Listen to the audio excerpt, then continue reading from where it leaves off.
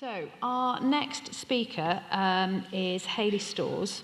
Now, Hayley has really kindly agreed to come and tell us her story and her experience of her pregnancy and what's happened after that. Hayley is a quality improvement manager with the regional maternity team. We're going to spend the rest of this session talking with Hayley. I'm aware that there's a Q&A that's on the agenda, but I'm really keen that we don't curtail the amount of time Hayley has to share out her story. So we'll finish the discussion with Hayley, and then after that we'll go straight into lunch. And so if any of you have any questions related to the other sessions that have gone on, please still submit them, and we will share out those questions to the speakers afterwards and respond to you if you put your names on those questions. So Hayley, would you like to join us?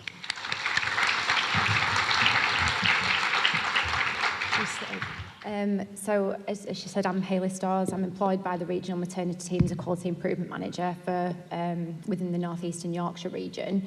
It's important to note that I wasn't in this role when this happened to my son.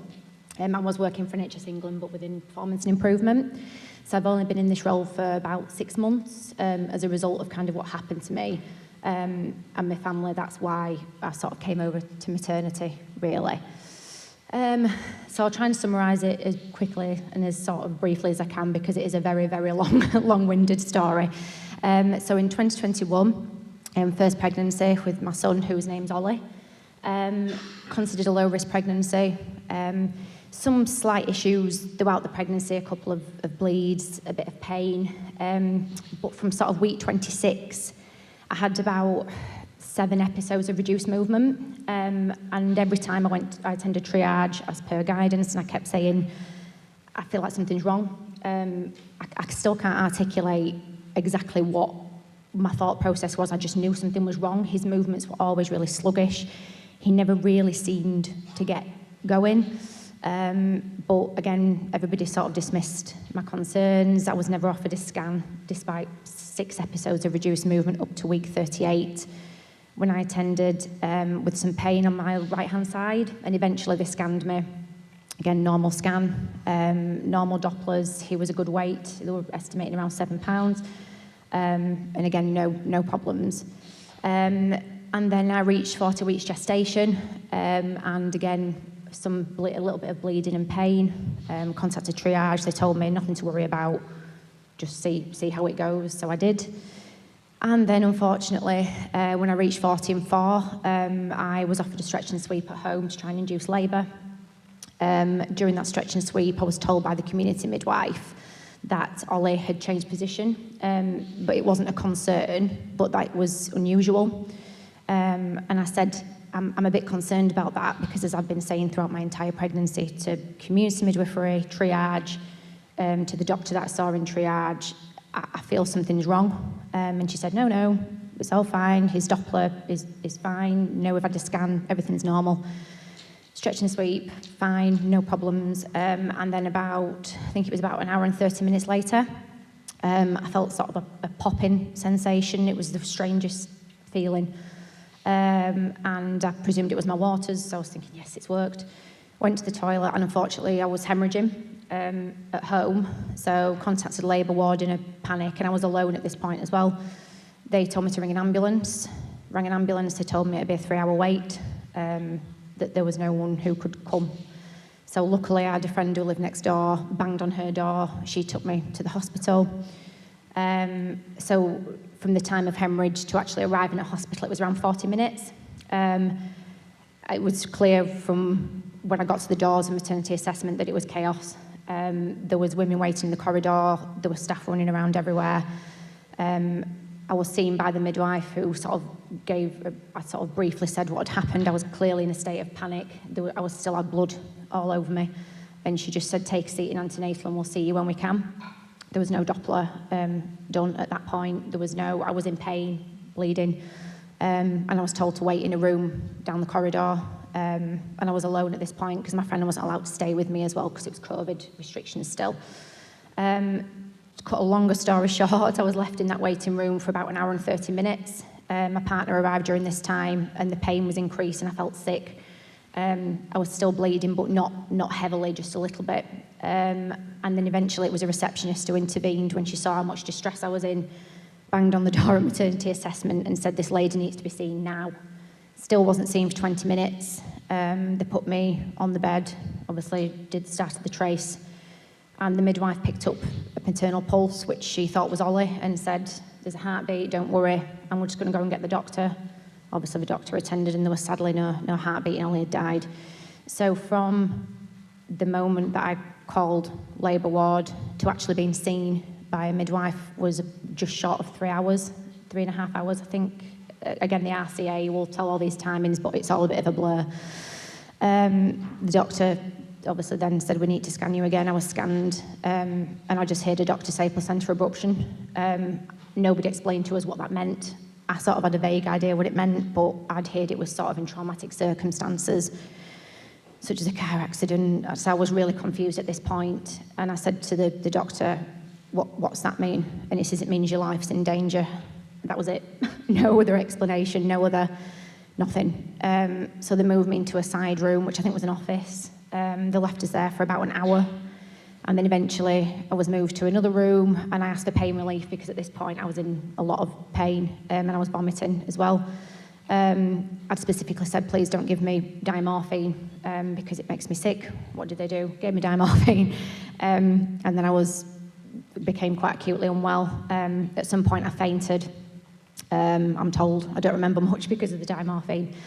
But during that time, the ward went into escalation because I was on labour ward and I was left in that room for an hour and 45 minutes with no obs taken. Nobody came to see me at all.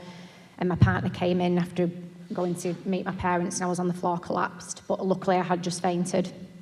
My mum went and got a doctor and said, we had to intervene and say this is not acceptable. And then eventually somebody did my obs and I had a temperature. So they started me on antibiotics. I was moved to the bereavement suite then. I think that the whole process from start to finish was about 8 hours. I think they finally moved me to bereavement suite. It wasn't occupied, but for some reason, due to high levels of acuity and activity, I was just left there. I think they forgot, actually, that I was even there, in all honesty. And then after a 16-hour labour, I delivered Ollie with instrumental delivery, unfortunately, which again, I really didn't want, but we are where we are. After that, I had a postpartum hemorrhage. I lost 1.4 litres of blood, and again, became more acutely unwell. It was very chaotic in the room, lots of people coming in, buttons being pressed, and me and my mum and my partner had absolutely no idea what was happening. My partner's still really traumatised by the whole thing. I didn't really see much or remember much. Luckily, it was controlled without a theatre, and then we were just I was given a blood transfusion, and then everybody just went on the way. I didn't even know I'd had a hemorrhage until I read my notes after discharge. That was never explained to me. They just said, we're giving you a blood transfusion. Here you go. I mean, looking back at it, it's pretty obvious why I was given a blood transfusion, but because I was in so much shock about everything what had just happened and I didn't really remember much because of the drugs they'd given to me, I didn't really remember. And then we were discharged the next day with no follow-up. We were just given some warfarin injections, told administer these, and then that was it. I had anemia afterwards. I couldn't even walk up the stairs without sort of nearly fainting, but they didn't give me any follow-up blood tests to the hospital, so I had to have that done by my GP. About a week later, when clearly we realised something wasn't right, had absolutely no contact from the trust at all. We had one phone call from the bereavement midwife who said I wanted to be kept informed about my son's remains because he was going to Manchester for post-mortem. So I said, can you please keep us informed? Obviously, I want to know where my baby is. And she didn't. We had to keep ringing the hospital, sometimes twice a day, to find out what was happening and where he was. She just wanted no contact with us after we told her we wanted to make a complaint. I received no support from community midwifery. It was sort of seemed I'd just dropped off the face of the earth. And it was only when we made a complaint with the trust and I wrote to the director of midwifery that they got in touch with us and sort of said, oh, sorry, you must have dropped off the radar. that was basically it. We'd never heard anything else from the trust except a sort of, I'd like to say an apology. It wasn't really an apology. It was this is what we would do differently, and this is what should have been done. But again, that was it, really. It was me who had to rely on mental health services and my GP for any additional care that me and my partner required.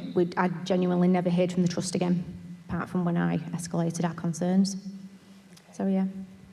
Thank you so much for sharing that. That's all right. In terms of how that experience has impacted on you, you sort of touched on it a little bit, but how would you say it had impacted you psychologically afterwards?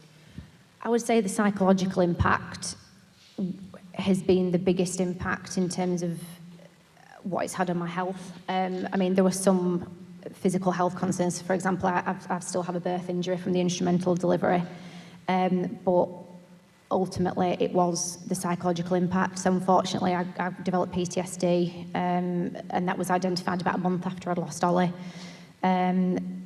Postnatal depression following the birth of my daughter, which it took 18 months to recover from, and that was a result of what had happened with Ollie. I developed health anxiety, severe health anxiety. I was in and out of A&E for weeks. Every time, even if I had a headache, I'd go to A&E, a different hospital. We moved house because I couldn't stand being in that house where all that had happened. I developed insomnia. But really, I would say that there has not been a single element of my life that hasn't been impacted by Ollie's death. And I know that sounds dramatic, but it's very true. There is not one single element of my life that has not been impacted, but the psychological impact, I would say I've only just recovered from, and this was 2021. He died on the 15th of October, 21. So we're sort of almost 3.5 years down the line now, and I would only say the past 6 months, I would say I'm in recovery. So a huge impact. And on my partner as well, he has really severe anxiety. He doesn't like talking about it as a plasterer, and he's very much of the sense that we don't talk about this. It's, I'm a man. I don't share my feelings, but he has really severe anxiety around my daughter. So my daughter's 2, and again, slightest sniffle, if she cuts a knee, if she has a cough, we need to take her to hospital, and so he's impacted in a very different way. If I don't answer my phone, he thinks that I'm dead. He thinks that I've had a car accident or something's wrong. So it's all those slight things which you don't think it's affecting you, but really it does. So the psychological impact, I would say, has been the worst part of the experience, absolutely. Okay. And in terms of support for him, has he accessed any support at all around his own mental health? There is things out there. There's a SANS football team which men meet and play football, and they find that that's a really positive way for some men to connect. Our perinatal mental health team have a group for dads which meet as well in Leeds, but again, he's not interested in that. He just sort of closed up and pretends that he doesn't. He says he doesn't think about it, but of course he does. It's around Ollie's anniversary and his birthday that he finds it particularly difficult. But he refused to access any support. He said he doesn't need it, but I would argue he probably does. So in terms of the impact then on the becoming pregnant and the birth of your daughter, how did that initial experience impact on that? And again, I say this with no drama, it was the worst 9 months of my entire life. It was hell. However, it was a completely different experience to my pregnancy with Ollie. I was scanned every 2 weeks. I saw my community midwife once, sometimes twice a week. We were referred to the perinatal mental health team because I had prenatal anxiety and depression. We were very lucky to be under the care of Professor Hazel in Manchester, who was a placenta expert, and he took us under his care. So the care we had with Ella was completely different. From 35 weeks, I attended antenatal clinic for CTG monitoring every day. I was induced at 38 weeks because obviously the risk of abruption increases with gestation. But the pregnancy wasn't even in the same category, it wasn't even in the same league as what Ollie's had have been. And in one way, that's a very positive thing, but in another way, that makes me very sad that it took for my son to die for my concerns to be listened to. And I'd call triage and say, I think I've got reduced movement. I will be seen immediately. They'd be waiting for me at the door. Whereas I'd call and say, I'm really concerned about my son's movements. This is the 5th time I've felt reduced movement, and I'd be sat in a waiting room for 25 minutes before anybody even looked at my notes. So it's the inconsistency in it, which has been was the biggest shock to me, really, how I believe I was treated in my daughter's pregnancy. Granted, we were high risk with the scanning and things like that, but it was more around the support. I felt like I was listened to. I felt as though people treated me with empathy, with respect, whereas before with my son, when I kept saying something's wrong, I was dismissed. And I knew my son, and I knew something was the matter with him, and no one listened. And perhaps if somebody had listened and induced me early, because that is what the conclusion was, that if I'd have birthed earlier, he would have lived, or if I'd have been in hospital. But again, there's an ongoing negligence issue with that. But it was decided that if I'd have birthed earlier, he could have been saved, which actually, following the pathway of that particular trust, should have triggered early induction with 7 episodes of reduced movement. But yeah, it was a very difficult pregnancy. But luckily, she was born alive. That was the only goal. I didn't have a birth plan. I said, I don't care. Have as many people in the room as possible. Just get her out, and me out alive, preferably. But the goal was to get her out alive. I didn't really think about myself. And yeah, she's doing great. She's 2, and don't we know about it? But yeah, she's great. Yeah. Okay. Take you back to your experiences on that day when Ollie was born. Mm-hmm. How much of the experience that you had do you think came down to the busyness of the unit and the impact that had on the staff? A huge amount. And that was in the RCA and the PMRT, what a lot of it was blamed on as such, the higher level of acuity and activity on the ward. There was a high level of sickness that day, both on labour ward and in triage. The SBAR wasn't followed properly, labour ward didn't hand over properly to triage, my notes weren't accessed. But I think the fact that we were not seeing that huge delay when I arrived at hospital was nearly 2 hours was due to the level of acuity. There were women literally queuing outside of the door, waiting to go in. So obviously it was sort of wait your turn, even though clearly I was showing clear signs of abruption, and that something was severely wrong. I'd hemorrhaged. It was almost like they didn't believe me, and I kept trying to sort of say, look, I'm sure these women are priority as well, but there was so much blood, and they just ignored me, basically, and sort of said, wait your turn, sit in that room. They couldn't even see me. I was sat down the corridor. So I think it had a huge impact. Again, no obs were taken. I was acutely unwell. I was vomiting. Nobody came. We must have pressed the call buzzer 5 times, and nobody came. In fact, somebody from the trust in the debrief actually sort of said to me in passing, I think we forgot about you. And I was acutely unwell. So that absolutely had a huge impact. Absolutely it did. And I think that really highlights, doesn't it, the pressures that everyone is really working Absolutely. under, because I'm sure nobody in that situation turned up to work on that day to ignore a patient or to provide poor quality care. But obviously when it's so under pressure, those are the kind of things that happen. Huge under pressure, however.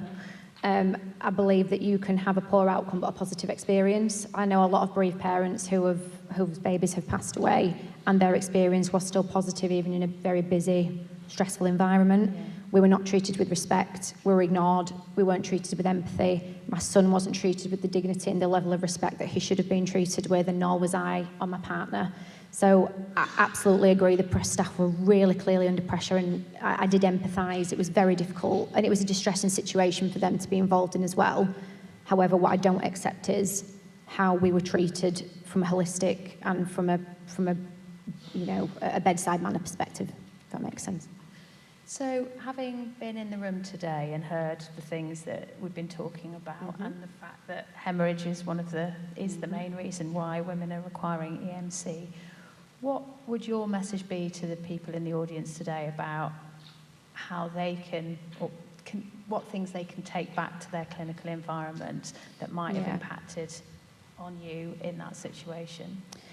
I think probably the main thing is keep us informed of what's happening. There was all this stuff going on, and if somebody would have just literally held my hand for 5 seconds and said, this is what's happening, but you're going to be okay, or we're doing our best, or just hold on, anything. At no point were we kept informed one that I was even having I mean, it was quite obvious at the time because there was, you know, lots of blood, but I couldn't see that because there was a sheet up. I didn't know what was happening. So I would have been appreciated somebody of actually telling me that, you know, and I understand there was some medical urgency at the time, but there were enough people in the room for one person to say to me, you know, you're losing a lot of blood, or we just need to sort this situation out, but I'm here, I'm talking to you. I just kept saying, what's happening, and nobody was answering me. And then I kept saying, am I going to die? Because, again, there was all these people in the room and the red buzzer going, and I didn't know why. And at no point did anybody say to me, we're doing our best to make sure, you know, the communication was a key thing. And again, the aftercare, I was just sort of given a blood transfusion, but they sort of said, we're just giving you this blood transfusion. It'll take around X amount of time, and then somebody will come in and take it off. And that was it. Again, no explanation offered why. When I was discharged, I was obviously anemic. Nobody explained that might happen. I wasn't prescribed iron tablets. So I was completely out of breath. I couldn't even walk upstairs. So again, perhaps some communication or some literature or just anything really about what could happen post-discharge would have been helpful. And sort of lastly, really, just having a little bit of, I know that again it's an emergency, and again I appreciate people are very busy, but just having a little bit of empathy and a little bit of human nature and sort of, you know, our baby had just died. I was acutely unwell, but at no point did I think anybody was even took any notice of me, and I'm sure they did. And I know that sounds very strange, but I just sort of felt like I was a bystander, and I felt like everything was being done to me rather than I didn't obviously not consent because it was a medical emergency, but what I mean is I felt like I sort of floated up and was watching it.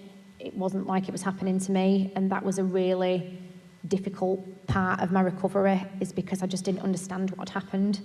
And as a result of that, I've developed a fear of blood, which I've only just really recovered from. Even if I see a cut finger, I got into huge panic. So again, that's because I work in the NHS. You know, we talk about things like this all the time, and that was a really difficult thing for me. And I do believe that was a result of I wasn't communicated clearly to, and neither were my family. My partner kept saying, "What's happening? Why is there all this blood?" And everybody was just ignoring him. So. It's one of the things that you might have seen on the sides is that opportunity for debrief, and how many women requiring enhanced maternal care are going back in, as you did, to the community midwifery follow-up. Do you think it would have been helpful to you to have had that kind of multidisciplinary debrief about what had happened? Yep, I do, absolutely. We had no contact from nobody. I didn't even know that was an option to us. I had no contact from community midwifery, no contact from the trust. Okay. Our bereavement midwife didn't say that was an option, but I would have found that immensely helpful. And I know that my partner would as well, because we were just discharged and we were so confused about everything, what had just happened. I remember going to the trust for the complaint meeting, which took months later, I think I had about 60 questions, because I just was so confused about our whole experience. So that would have absolutely have been really beneficial, yeah. And I know that a lot of bereaved parents would feel the same. Yeah. Okay. Thank you so much, Hayley. Hugely brave to sit up here and to talk about it so eloquently. I just want to say a huge thank you for coming and sharing your experience today and telling us about you and Ollie and the rest of your family. Thanks very much. Thank you.